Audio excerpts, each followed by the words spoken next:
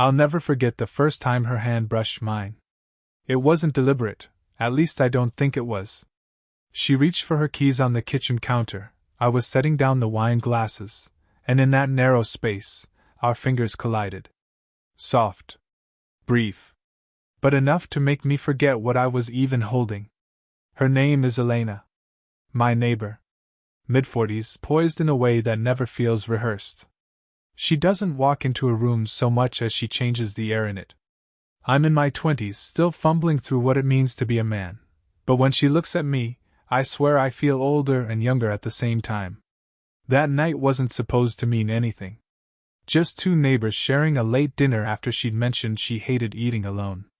The table was small, the light over us dim and warm, and the street outside unusually quiet.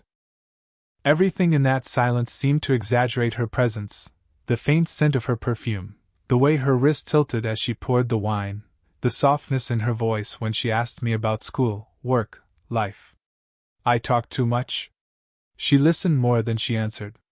But every so often, she would glance at me with this pause, as if weighing whether I was too young to understand the words she wasn't speaking aloud. There was one moment, I can still see it clearly. She tucked her hair behind her ear, then laughed at something I'd said, though the laugh didn't reach her eyes. And in that half-second, the light caught the faint lines at the corners of her mouth. Regret, maybe? A memory she wasn't sharing. I wanted to ask, but my voice stuck. Instead, I just studied the glass in front of me. Her hand grazed mine again later, reaching for the bottle this time. But she didn't pull away so quickly. My skin burned with the heat of it. She looked at me, and I swear the air grew heavier. Too much? She asked softly, motioning toward the wine in my glass. I nodded, though I wasn't thinking about the wine. She smiled faintly, but it was an uneasy smile. I shouldn't be sitting here like this. With you. Her words didn't sting. If anything, they drew me closer, even though I didn't move an inch. Do you feel guilty? I asked, my voice steadier than I expected. Her eyes flickered to mine, startled.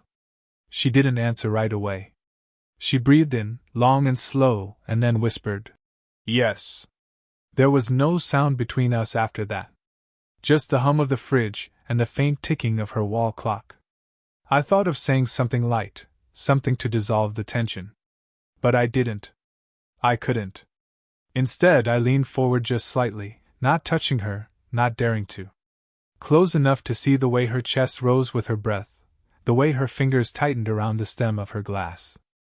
If guilt is all you feel, I murmured, then let me make sin feel sweet. She froze, her lips parted as if to speak, but no sound came out. Her eyes, God, her eyes, were wide, uncertain, searching my face like I had just given her a choice she wasn't ready for. And then, the sound of the front door unlocking broke through the air. Her head snapped toward the hallway, her hand pulling back from the table so quickly I felt the absence of it. Someone was coming in. The door that opened wasn't anyone dramatic, just her sister, stopping by to pick up a jacket she'd left behind. She smiled at me politely, barely noticing the charged air I was drowning in, and left almost as quickly as she came. But the interruption had done its work, the thread between Elena and me had been cut. Still, when the door closed again, she didn't send me home. She just exhaled, leaned back against her chair, and pressed her fingers to her forehead as though pushing away a headache, or something heavier. You must think I'm ridiculous, she said finally. I don't, I answered too quickly. Maybe too honestly. Her lips curved, but not into a smile. I've made enough mistakes. I promised myself I wouldn't repeat them. I wanted to ask what kind of mistakes, but she filled the silence herself. I was married once. 15 years. He left. Or maybe I pushed him away. I can't tell anymore. And after him, a string of people I thought would matter, but they didn't. I don't want to. She trailed off, shaking her head. I realized then how rare it was for her to speak like this. Usually she asked questions, let me fill the space. Tonight, her voice carried a weariness I didn't know she carried at all. I sat forward, elbows on my knees. Being alone doesn't make you a mistake, She looked at me then, eyes glinting with something close to irritation, but softer, like it wasn't directed at me. You're too young to say that. I shrugged. Maybe. But I see you, Elena. More than you think. The words slipped out before I could stop them. Her gaze lingered on mine, steady but unguarded, as if she was daring me to mean it. That silence again. That heat.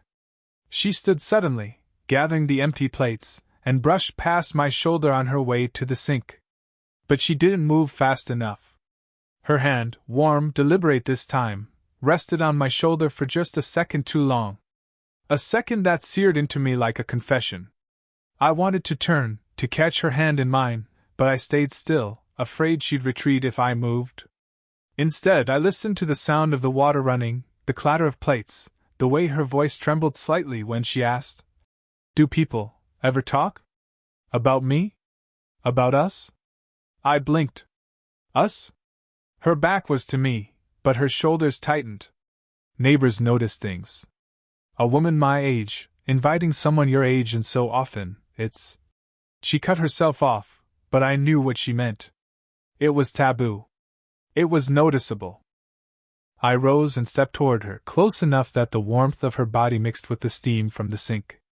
I leaned in, not touching, just close enough that when she turned her head, her breath brushed across my cheek. "Let them notice," I whispered. Her hand stilled on the dish she was washing. She turned her head, slowly, until our eyes caught again. Neither of us moved, caught in that suspended second. And then her fingers slipped, water splashing onto her blouse. She gasped, muttered something under her breath, and reached for a towel. But even as she dabbed at the damp fabric, she laughed softly, shaking her head. The sound was lighter, but her eyes stayed locked on me. The towel dropped between us, forgotten. The towel slipped from her fingers, brushing against my hand before falling to the floor. Neither of us bent to pick it up. The space between us felt dangerous, too narrow, too full. "Elena," I started, but her phone buzzed on the counter, sharp and sudden. She froze, glancing at the screen. A name lit up in bold letters. She didn't answer, didn't move, just let it ring while her shoulders tightened. "Do you need to?" "No." Her voice was firmer than I expected. Almost defensive. "It's nothing." But it wasn't nothing. The way her hand hovered near the phone, the way she turned it face down, told me it was someone she didn't want me to know about. Or someone she didn't want knowing about me. The silence after was unbearable. I shifted closer without thinking, the edge of my sleeve brushing against hers. She didn't step away. "Elena," I said again, softer this time. Her eyes flicked up, locking on mine. The kitchen light caught the faint tremor of her lips. For a heartbeat, 2, 3, I thought she'd let me kiss her. The distance shrank until I could feel her breath on my skin, uneven, shallow. "I shouldn't," she whispered, shaking her head, but not moving back. "Then don't think about should." My voice was low, almost pleading. Her hand lifted halfway, as if she meant to touch my face, then faltered, fingers curling against her palm instead.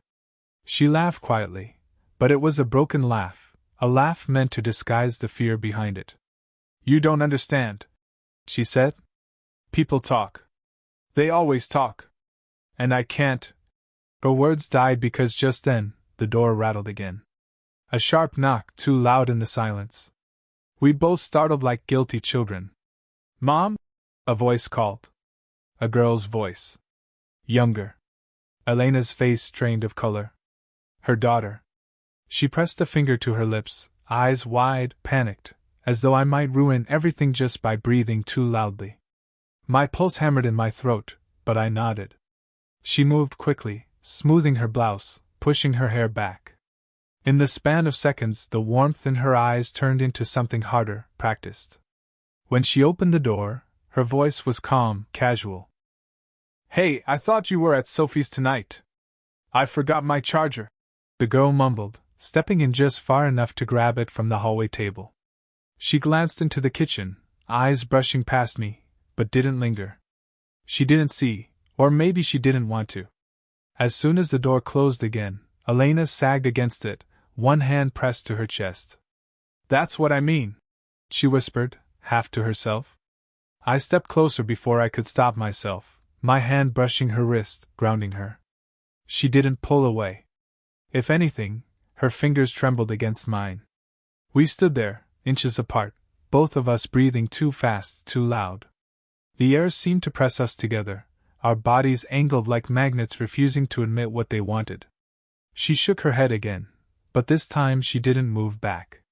"We can't," she said. But her hand tightened around mine.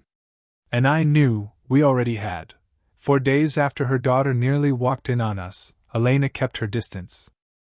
A polite wave across the driveway, a smile too brief to mean anything. No dinners. No casual invitations. Nothing. But I couldn't let it go. I couldn't unfeel the way her hand had clung to mine, the way her voice had cracked when she whispered "we can't." So when I saw her on the balcony one evening, hair loose, robe tied at the waist, the glow of a single lamp behind her, I crossed the short stretch between our apartments before I could think better of it. She startled when I knocked. For a second, I thought she wouldn't open the door. But then it creaked, and there she was, eyes wary, lips parted like she'd been caught doing something forbidden. "You shouldn't be here," she said, though she didn't move to close the door. "Then tell me to leave." Her silence was answer enough. She let me in. The apartment smelled faintly of jasmine tea, her favorite. The robe slipped at her shoulder as she moved, and I had to stop myself from staring. "Elena," I began, but my voice faltered. She turned, arms folded across her chest, like she was bracing herself. "You don't understand what this would cost me. I can't be reckless anymore. I can't." "Then why do you look at me like that?" The words tore out before I could stop them. Her breath caught. "Like what?" she asked, but too softly, as though she already knew. "Like you want me as much as I want you." The air between us grew heavy, unbearable. She pressed a hand to her temple, shaking her head, but when she looked at me again, her eyes betrayed her. "I'm twice your age," she whispered. "What will people think? What will she—" She broke off, her voice unsteady. "I should be ashamed." I stepped closer, my chest nearly brushing hers. Slowly, I lifted a hand and tucked a loose strand of hair behind her ear. Her skin was warm beneath my fingers, her breath shaky against my wrist. "Then let me be the one who carries the shame," I murmured. "You don't have to." She closed her eyes, leaning, just barely, into my touch. The robe slipped further, bearing the curve of her collarbone. I could feel the tremor of her breath, the rise and fall of her chest against mine. "Elena," I said again, but softer this time. Her name felt like a plea, like a prayer. Her hand came up, hesitant, and rested against my chest. She could have pushed me back. She didn't. Instead, she whispered, "I can't keep pretending." Her words sent fire through me. My lips hovered just above hers, close enough to feel the heat of her breath. Every second stretched long, fragile, infinite. And then, her phone buzzed again, shrill in the silence. She flinched, but I didn't move. Neither of us did. We were right there, one breath away from breaking everything. Her phone kept buzzing, over and over, until finally she snatched it up and turned her back to me. "Hello?" Her voice was too steady, too rehearsed. I should have stepped back, given her space. I didn't. I stayed close, so close that I could see the tension in her shoulders, the way her hand trembled around the phone. "Yes, I know," she whispered into the receiver. "I told you not to call when I'm not alone." The words cut through me. When she hung up, she turned slowly. Her robe was slipping from one shoulder, but she didn't fix it. She just looked at me, guilty and exposed. "Elena," I said, my voice rougher than I meant. "Who was that?" She opened her mouth, closed it again. Her throat worked as she swallowed. "It's complicated." "That's not an answer." Her eyes flashed, but not with anger, with something closer to fear. She brushed past me toward the window, but the movement only made things worse. Her hand brushed mine in passing, leaving my skin burning. Finally, she spoke, voice low. It was my ex-husband. I froze. He's been calling again. Not because he loves me. Because he hates the idea of me moving on. He says he still watches. That he knows I've been spending time with you. The floor seemed to tilt beneath me. He knows? She turned, and for the first time, I saw her fear naked in her eyes. The other night, when my daughter came by, he was parked outside. He told me afterward. He saw you leaving. The revelation cracked something open inside me. The secrecy, the hesitations, the guilt, it all had a sharper edge now. Elena, I whispered, stepping toward her. You don't have to let him control you. She shook her head, tears brightening her lashes, though they didn't fall. You don't understand. He's bitter. He's cruel. If he stirs up trouble, if he tells people, my daughter, she'll think I've lost my mind. That I'm reckless. I moved closer until the heat of her body reached mine. My hand found her arm, gentle but firm. And what do you think? Do you feel reckless? Or alive? Her breath hitched. Her eyes flicked to my lips, then away, like she couldn't decide whether to run or fall into me. For a heartbeat, we just stood there, her trembling in my grasp, me holding her like the answer was carved into the silence. Finally, she whispered, If we keep going, there's no turning back. I brushed my fingers through her hair, tucking it behind her ear the way I had before, but this time my hand lingered at the nape of her neck. Then maybe we shouldn't turn back. Her body swayed closer, betraying her words even as she whispered, This is dangerous. And still, she didn't step away. The room seemed to shrink around us. Every sound, the clock ticking, the city hum outside, faded beneath the pounding of my heart. We were already too far gone. And then, without deciding, without words, her forehead pressed against mine. Breathless. Inevitable. Her forehead pressed against mine, and in that fragile space, everything slowed. Her breath was uneven, warm against my lips. I could smell the faint jasmine of her hair, the sharpness of wine still lingering between us. Elena, I whispered, though it came out more like a plea than her name. Her hands hovered at my chest, not pushing, not pulling, just trembling in the indecision of a woman torn in two. I could feel the question in her fingertips. Do I let go, or do I give in? I shouldn't, she murmured, voice breaking. Then don't. My words cut through the quiet, heavier than they should have. But don't lie to me. Don't tell me you don't want this. Her eyes opened, wide and raw. Whatever wall she'd been holding up cracked then. A tear slipped, unplanned, uninvited. She laughed softly, bitterly. You're too young to carry me like this. I shook my head, sliding my hand to the curve of her jaw. My thumb traced the line of her cheek, catching the wetness there. I'm not carrying you. I'm choosing you. Her lips parted, trembling with 100 unspoken fears. For a second, I thought she'd step back, retreat into safety. Instead, she leaned barely, but enough. Our noses brushed. My chest caved with the weight of it. The world outside ceased to matter, her ex-husband's shadow, her daughter's innocence, the whispers of neighbors. None of it existed here, in this moment where her pulse fluttered under my touch, where her robe slipped just enough to reveal skin I wasn't supposed to see. I feel guilty, she whispered. I know, I said, my forehead pressing harder to hers. Then let me make it sweet. That was the moment she broke. Her mouth found mine, not polished, not perfect, but desperate. A clash of restraint unraveling, years of loneliness meeting hunger too long denied.